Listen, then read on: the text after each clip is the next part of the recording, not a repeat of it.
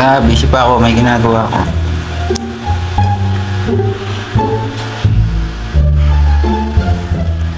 Bayan, palagi naman busy si tatay. Maglalaro na lang ako mag-isa. Tatay, tulungan mo ako magsulat.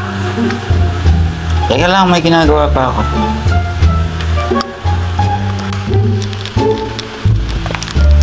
Bayan, palagi naman busy si tatay. Gusto ko pa naman matuto magsulat.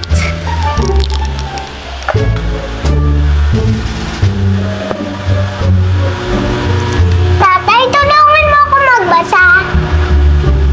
Busy pa ako, may ginagawa akong cellphone. Busy pa. Bayan, palagi talaga busy si tatay. Magbabasa na lang ako mag-isa.